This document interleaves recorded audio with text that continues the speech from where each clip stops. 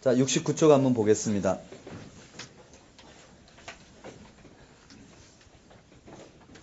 자, 이제 저하고 작업을 해나가야 되는데요. 연필을 드시고 그 다음에 빨간색을 하나 드셔요. 색깔 표시하는 건 맨 나중에 하시고 연필로 먼저 공통 분모를 먼저 잡고 차이 나는 걸 보시면 좋겠어요. 여러분 해보면은요. 공간복음 비교 대조한 결과보다 공간복음 비교 대조하는 과정이 중요해요. 그러니까 여기다가 나타낸 것들이 결과를 나타낸 것들을 보고 나가면 별 효과가 없어요. 왜 그런지 지금 봐보면 알 텐데요. 인식을 좀 잘 하셔야 되는데 만일에 교재를 안 사실 분들은 컴퓨터를 가지고 대한성서 공예를 치시면 거기에 개역개정 성경을 읽을 수 있어요.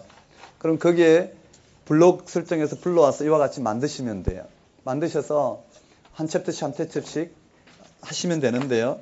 시간 많이 걸리지 않아요. 한나절 투자하면 아마 충분하리라 생각해요.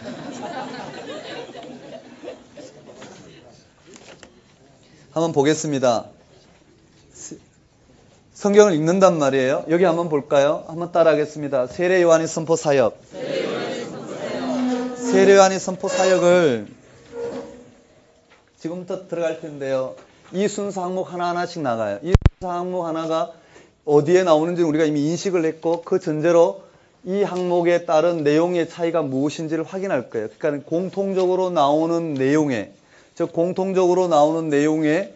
구체적인 차이가 무엇인지를 비교해 나가는 거예요. 한번 보십시다. 그게요. 세례 요한의 출현인데요. 세례 요한의 선포 한번 따라해 보겠습니다. 세례 요한 선포 사역.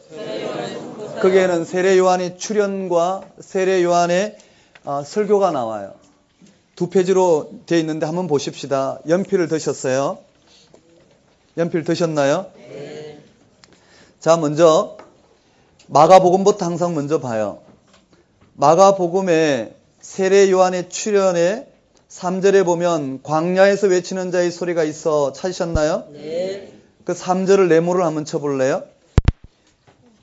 제가 말씀드리는 것 연필로 이렇게 네모를 한번 쳐보면은요. 되셨나요? 네. 그리고 그 내용이 마태복음 3장에 보면 그는 선지자 이사야를 통하여 말씀하신 자라 일렀을 때 광야에 외치는 자의 소리가 있어 찾으셨어요? 네. 광야에부터 곱게 하라 하였느니라 3절 전체를 네모를 치셔요. 이렇게요. 3절을 네모 치시고요. 누가복음에도 내용이 있나요? 4절에 있죠. 네. 맞나요? 네. 광야에서 외치는 자의 소리가 있어? 맞죠? 네. 같은 내용으로 이렇게 네모를 치셔서 이렇게 연결하면 돼요. 이렇게. 보이실지 모르겠지만은요. 저는 그냥 간단하게 이렇게 같은 거는 연필로 내용을 빨리 인식하셔야 되기 때문에 이렇게 광야 네모 치셨죠? 네. 맞죠? 그게 주 내용이에요. 그리고 한번 보십시다. 그리고 1절에 보면 유대 광야라고 되어 있죠. 아니 마태복음 1절에 보면 유대 광야라고 되어 있죠. 동그라미 하셔요. 그리고 마가복음 1절 4절에 보면 1장 4절에 보면 광야라고 되어 있죠. 맞나요? 그 다음에 누가복음 3절에 보면 요단강 근처라고 그랬죠. 동그라미 하셔서 서로 연결해 볼까요? 어떻게 연결하는지 아시겠죠? 유다 광야, 요단강 이렇게 연결해 보면 돼요. 되셨나요? 자, 그 다음에요. 마가복음 5장에 보면 마가복음 5절에 보면은요. 그 5절에 온 유대 지방과 예루살렘이라 되어 있죠. 동그라미 해 보실래요? 그냥 아주 얇게 동그라미해서 나중에 읽으시면서 확정하시면 돼요. 그 다음에 마태복음 5절에 보면 예루살렘과 온 유다라 되어 있죠. 순서 바뀌고 이런 차이가 나는 게 아니에요. 차이 나는 것만 제가 짚어드릴 거예요. 이건 번역상 문제일 수도 있고요. 별로 중요하지 않은 부분이에요. 5절 그 동그라미 하셔서 두 개 연결해 볼까요? 그 두 지역만 나와 있어요. 유다와 예루살렘, 여기도 유다와 예루살렘 나와 있죠. 그런데 왜 누가복음은 빠졌을까요? 예, 이방인들이니까 구체적으로 밝힐 필요가 없겠죠. 빠졌어요. 자, 그 다음에 중요한 게 뭐냐면은요. 마가복음 6절 있잖아요. 세례 요한의 모습이에요. 낙타트롯을 입고 허리에 가죽띠를 띠고 메뚜기와 석청을 먹었더라. 누구를 상징하고 있나요? 네, 엘리야를 상징하고 있죠. 말라기에 나오는 그것이 마태복음엔 어디예요? 4절에 나와 있어요. 그래서 마태복음에 네모를 치셔서 마가복음하고 연결해 보십시다. 되셨나요? 자, 그러면 마가복음에 2절, 3절, 4절, 5절, 6절, 2절은 빼놓고라도 마가복음 내용은 다 해체가 됐어요. 자, 한번 봅시다. 거기에요. 누가복음의 빨간색을 한번 가지고요. 1절부터 2절 중반부까지 1절부터 2절 중반부, 즉 안나스와 가야바가 대제사장으로 있을 때에까지 빨간색으로 네모치시면 돼요. 이해되시나요? 네. 그 다음에 5절, 6절 빨간색으로 네모치시면 돼요. 제가 여기서 표시를 해드리면 좋은데요.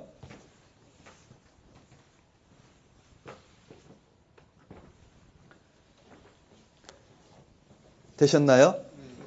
자, 한번 보십시다. 내용 순서가 거기서 보면 추가된 게 있고 없는 게 있고 그 다음에 순서가 바뀐 게 있단 말이에요. 자, 마가복음에서는 어떻게 되어 있나요? 마가복음에서는 광야에서 외치는 자의 소리가 있어 세례 요한이 그와 같이 주의 길을 예비하는 사건을 이사야 말씀을 예를 들었어요. 한번 따라볼까요? 광야에서 외치는 자의 소리가 있어. 그와 같이, 즉 광야에서 외치는 자의 소리가 있어 그와 같이 어디에서요? 세례 요한이 광야에 맞죠? 4절에 죄 사함을 받게 하는 회개의 세례를 선포했다고 그랬어요. 맞나요? 죄 사함을 선포하는 회개의 전파했더니 온 유대와 예루살렘 사람들이 다 나아가 자기 죄를 자복하고 요단강에서 그에게 세례를 받더라. 그리고 세례 요한이 모습이 들어갔어요. 그것이 마태복음엔 어떻게 되어 있나요? 유대 강야에서 맞나요? 회개하라 천국이 가까웠느니라 라고 선포하고 있어요. 맞죠? 회개하라 천국이 가까웠느니라. 그 빨간색을 가지고 천국 동그라미 해볼까요? 천국이라는 표현은 마태복음만 나와요.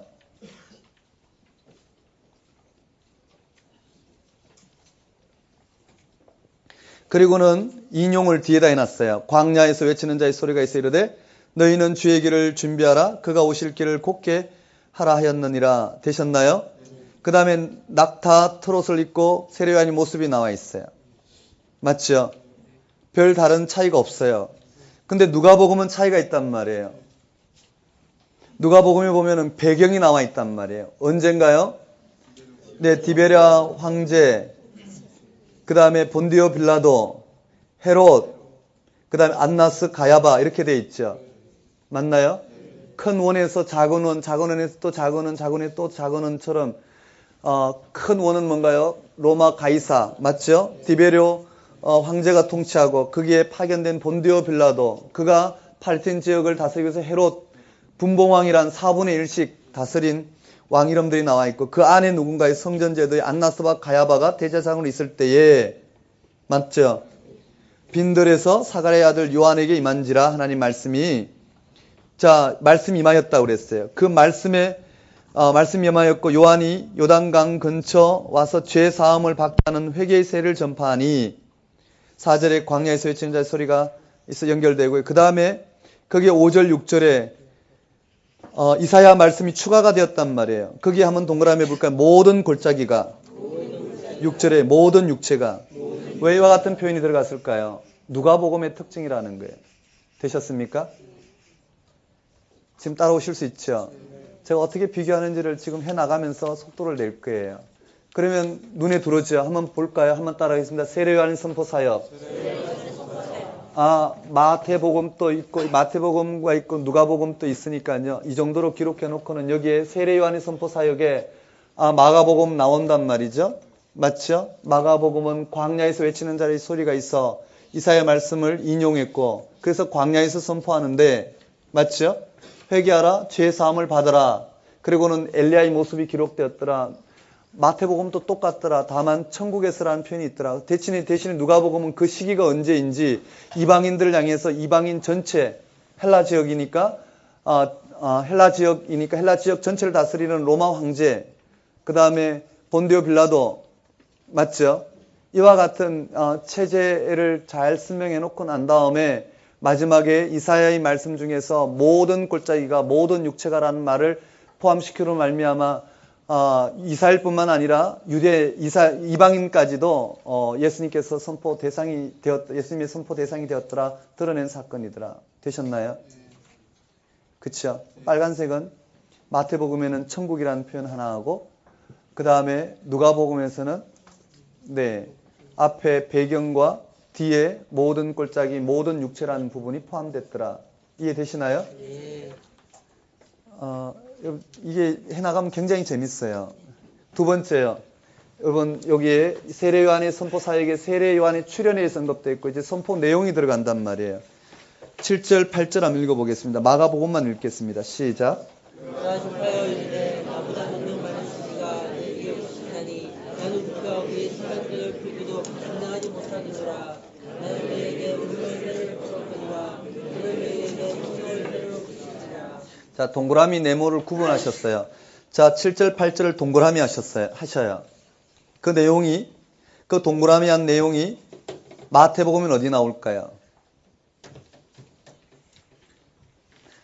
동그라미 할 때 그냥 이렇게 동그라미 하셔요.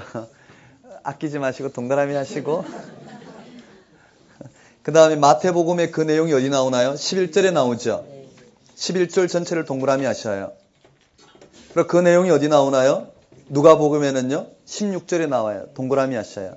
하셨어요? 그래서 연결하셔요. 즉, 이렇게요. 마가복음의 동그라미 한 이 내용이 마태복음엔 여기 나오고 누가복음엔 여기 나오더라. 공통 연결했죠, 이렇게요. 그럼 나중에 내용이 쉽게 들어와요. 아, 이게 이 내용이구나. 그 내용이 어떤 내용이냐면요.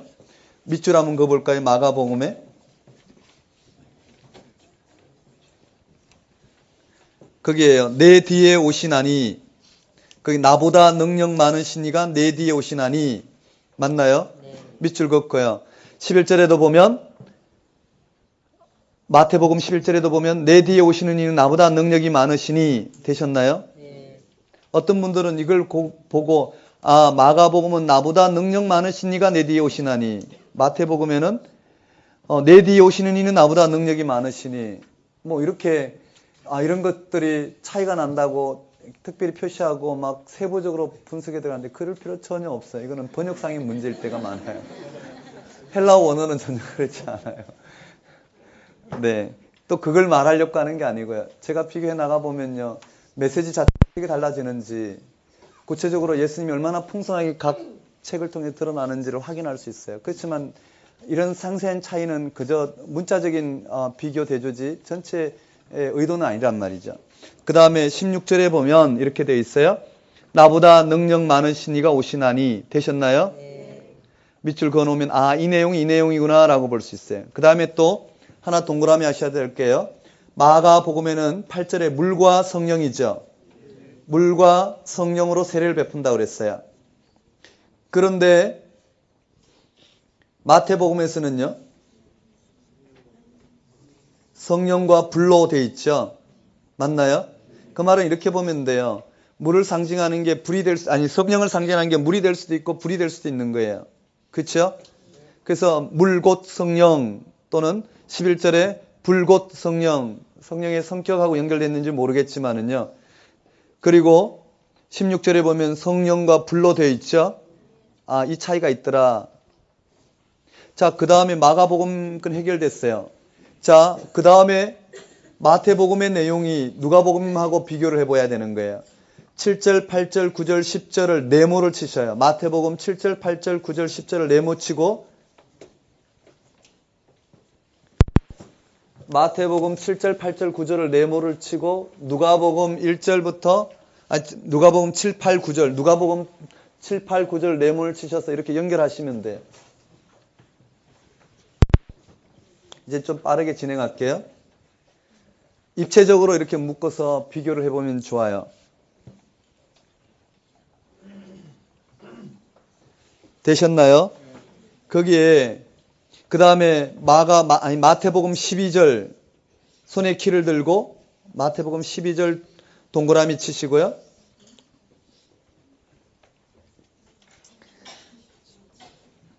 네모를 치셔야 되나요? 그 순서로 보면 네모 동그라미 상관없어요. 차이만 되면 되니까. 그 다음에 누가복음 17절 표시하셨어요. 두 개 연결하면 돼요. 그럼 비교가 다 끝났어요. 그럼 뭐만 남았나요? 누가복음 10절에서 15절까지는 빨간색을 드셔서 네모를 치면 돼요. 누가복음 10절에서 15절까지는 빨간색을 들고 네모를 치시고 또 빨간색을 들고 10절에 무리를 동그라미 하고 12절에 세리를 동그라미 하고 14절에 군인을 동그라미 하셔요. 자, 정리해 봅시다. 자, 누가복음 10절에서 15절까지 빨간색으로 네모를 치시고 빨간색을 가지고 10절에 무리, 12절에 세리, 14절에 군인을 동그라미 치셔요.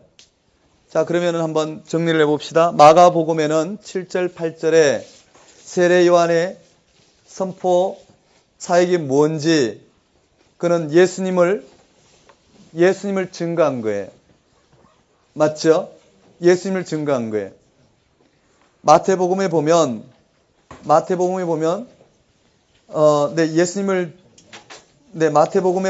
거기에 예수님을 증거한 나보다 능력이 많으신 이 앞에 7절에 보면 요한이 많은 바리새인들과 사두개인들이 세례 베푸는 데로 오는 것을 보시고 거기에 바리새인과 사두개인들이라 되어 있죠. 누가복음에 뭐라고 되어 있나요? 무리라고 되어 있어요. 독사의 자식들아 한번 동그라미 해볼까요? 독사의 자식. 독사의 자식이라는 말이 들어가 있지 않은 복음서는요. 마가복음이에요. 앞에서 마태복음이라고 그랬어요.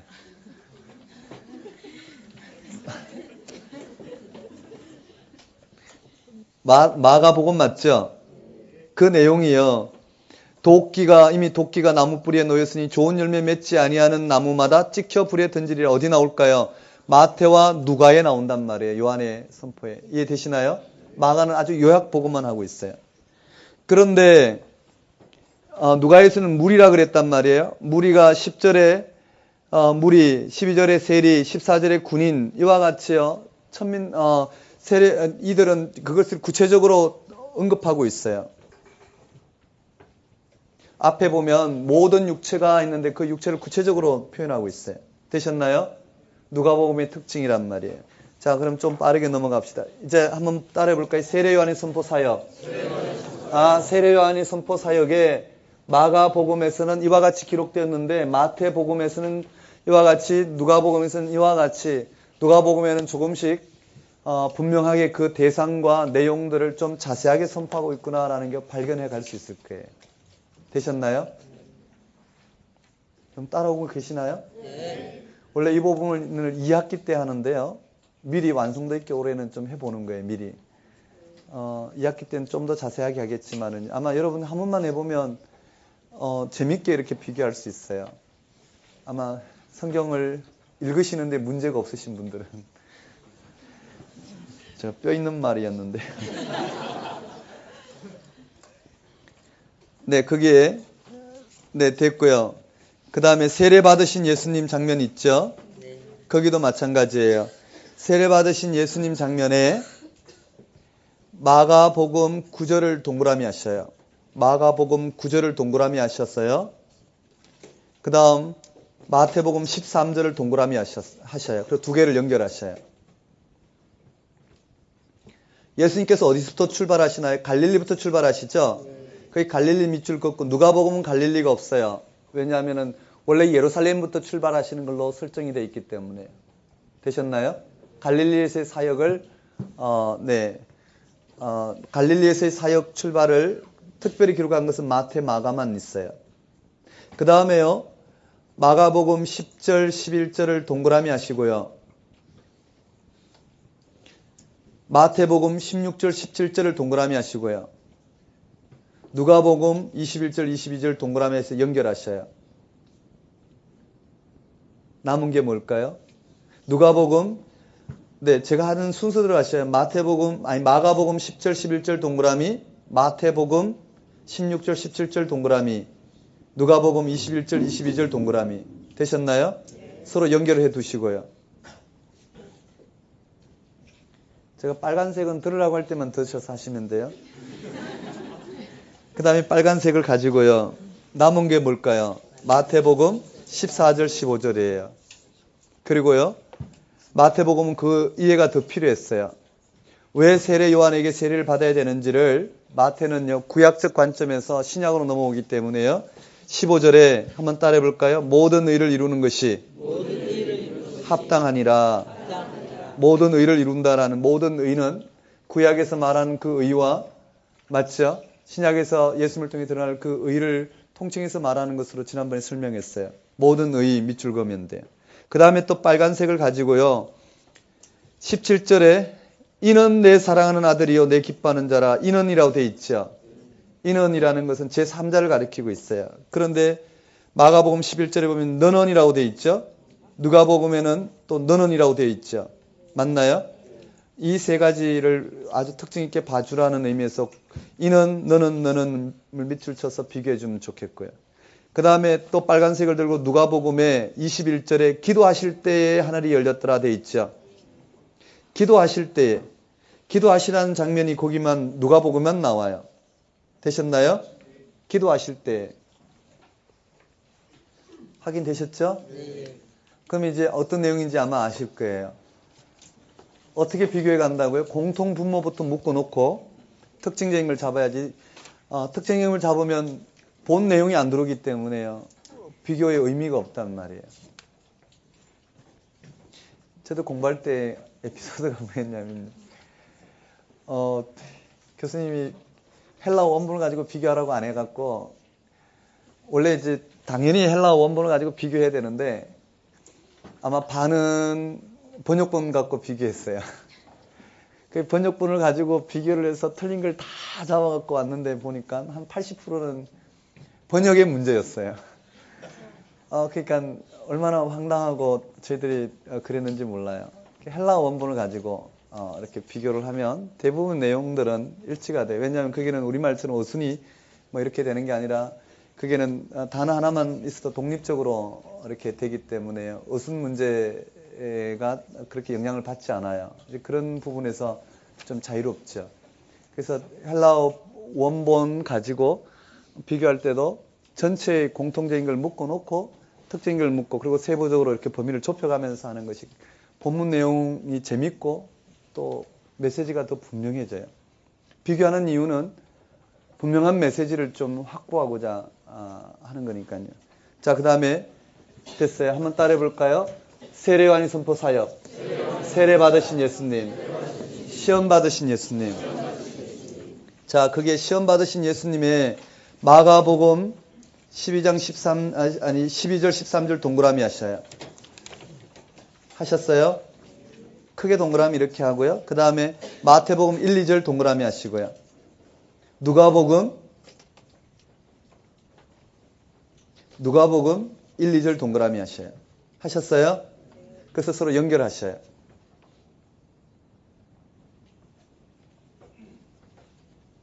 동그라미 네모 이렇게 가면 편한 것 같아요.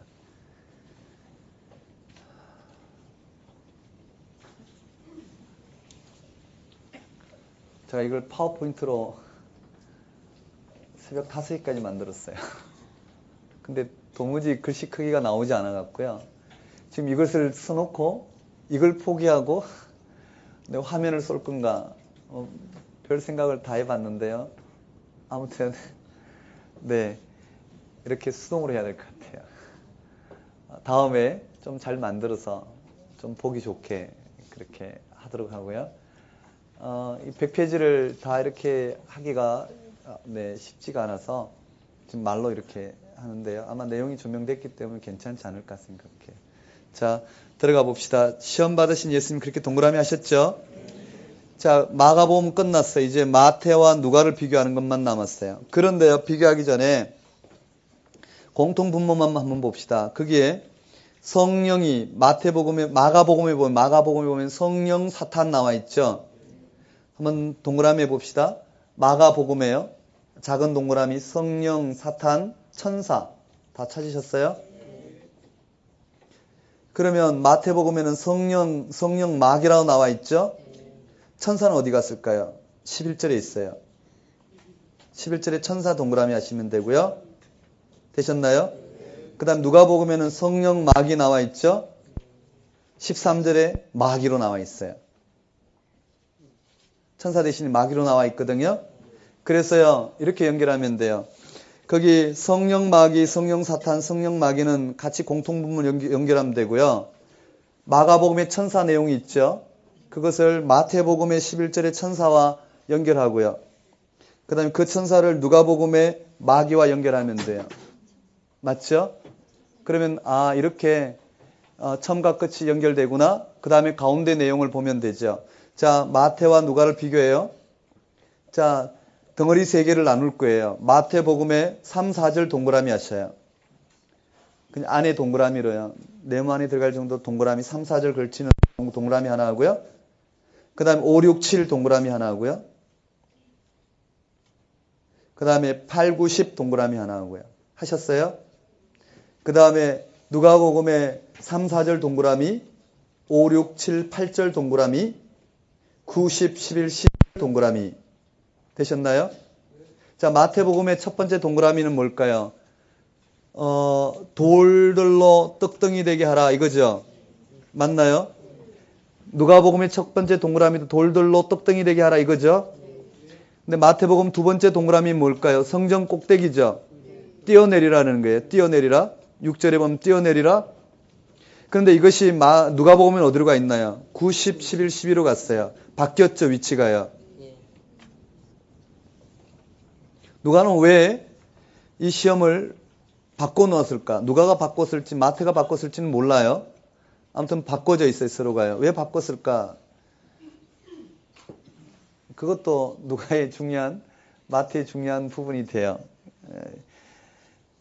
그 다음에 나머지 마태복음의 8, 9, 10절에 있는 내용은 천하 만민을 만국과 그 영광을 보이르되 경배하라. 되셨나요? 그것은 누가복음의 5, 6, 7, 8절로 되더라 연결하면 돼요. 그럼 이 본문 딱 보면 눈에 들어오죠. 예수님께서 시험 봤는데 성령 마귀, 성령 사탄, 성령 마귀의 시험 봤는데 마가복음 결론부터 갔어요. 천사들이 시험을 받으며 사실 계시면 사탄이 시험을 받으며 승리하셨죠. 그래서 천사들과 수종들더라. 근데 마태는 그 과정을 자세하게 누가 더 자세하게 기록했어요. 떡뒤절, 떡절띠 이런 식으로 바꿔놨더라. 그 결과는 네, 여러분들이 파악하시면 돼요. 되셨습니까? 자, 그 다음에 갈릴리에서 복음 전파 시작이에요. 마가복음 볼까요? 마가복음 4절, 마가복음 14절 동그라미 하셔요. 1장 14절 동그라미, 마태 12절 동그라미, 누가 14절 동그라미 공통이에요. 거기 보시면 요한이 잡힌 후라고 되어 있죠. 마태도 요한이 잡혔음을 들으시고 되어 있죠. 근데 누가는 어떻게 해요? 성령의 능력으로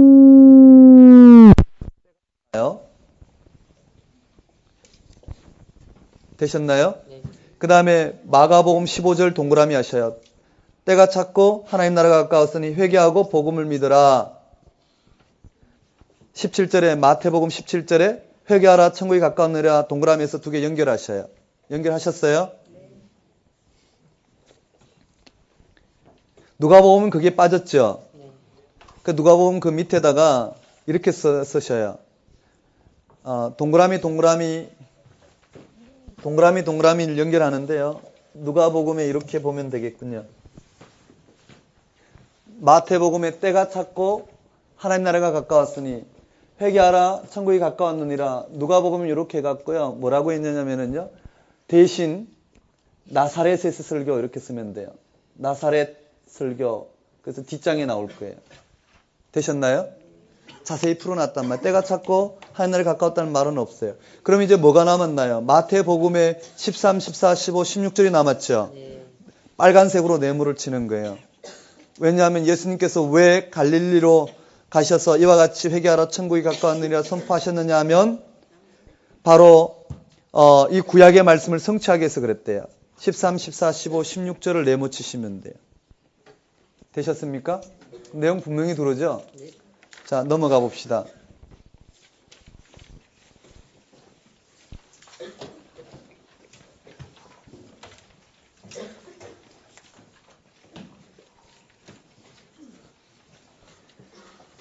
네, 6쪽에 첫 제자들을 부르신, 네 제자 부르신 사건이에요.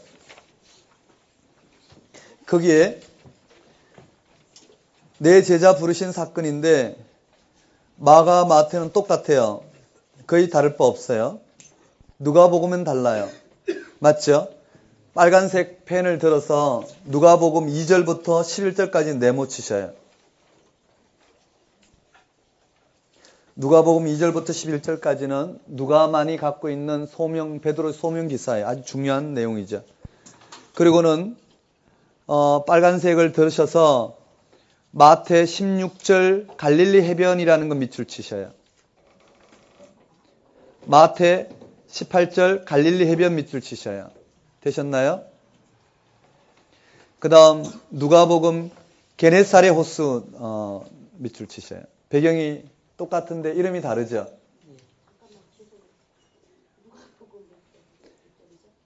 네, 맨 앞에 1절에 보면 배경이 나와 있어요. 되셨습니까? 그럼 이 시간에 하셔야 돼요. 혼자 하면요, 시간 진짜 많이 걸려요. 하다 보면요, 한 5장 하다 보면 막 덮어버리고.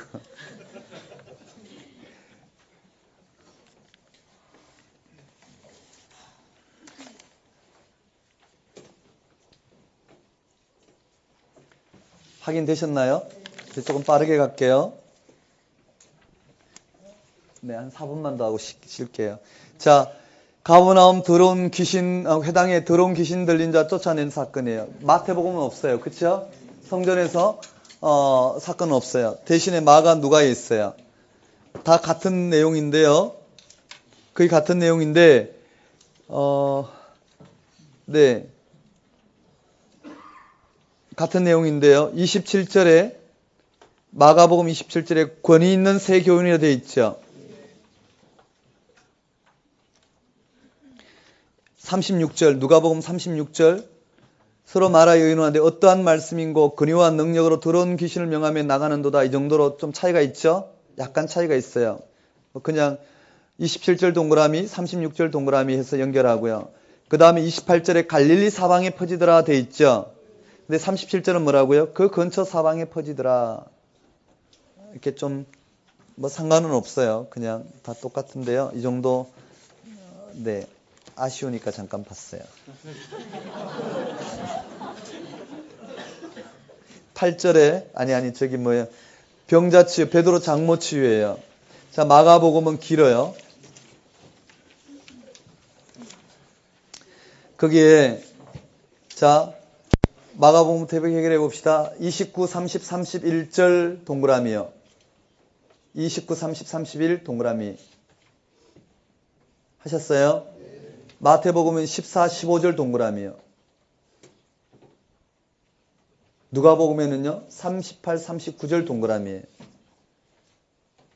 그러면 어떤 내용인지 대충 나와요. 거기에 지금 동그라미 한 것만 봅시다. 29절에 곧 동그라미 해볼까요? 회당에서 나와 29절에 곧 있죠? 곧이라는 표현은 마가복음의 중요한 표현이에요. 곧 이렇게 돼 있고요. 누구를 데리고 왔나요? 야고보, 요한과 함께 누구 집으로 갔죠? 시몬과 안드레. 시몬은 누군가요? 베드로 형제 안드레 집에 들어가시니 그렇게 돼 있어요. 그런데 마태복음에는요. 베드로 집에 들어가사 맞나요? 그 장모가 열병으로 앓아 누운 것을 보시고 거기에 세 제자 데리고 간 사건 두 제자 야고보 요한을 데리고 간 사건은 없죠? 맞나요? 그 다음에 누가복음에도 없죠?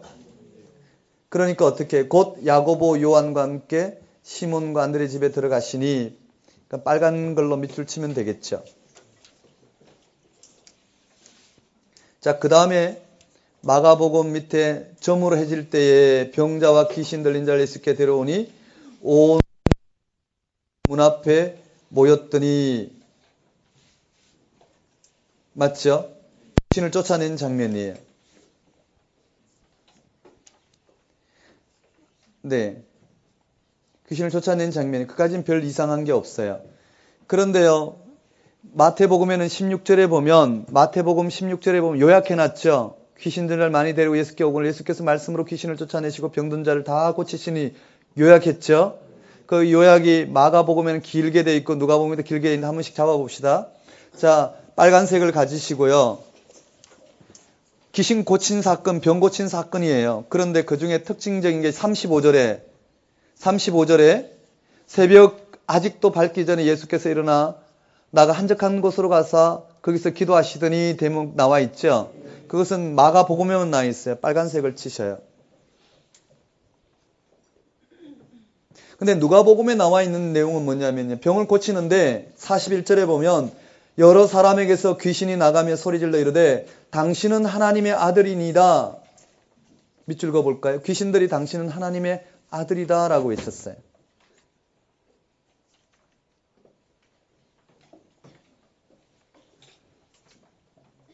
거기만 나오죠. 대신에 마태는 뭘까요? 추가를 해놨단 말이에요. 17절 네모를 치셔요.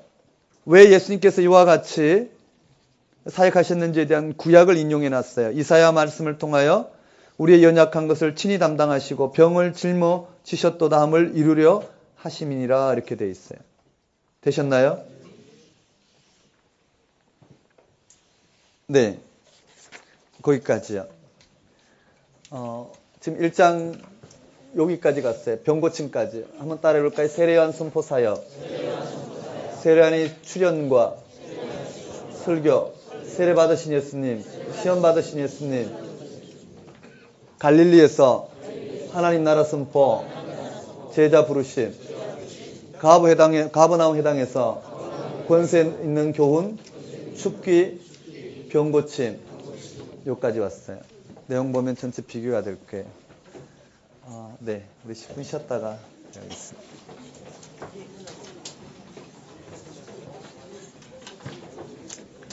고문일 거야.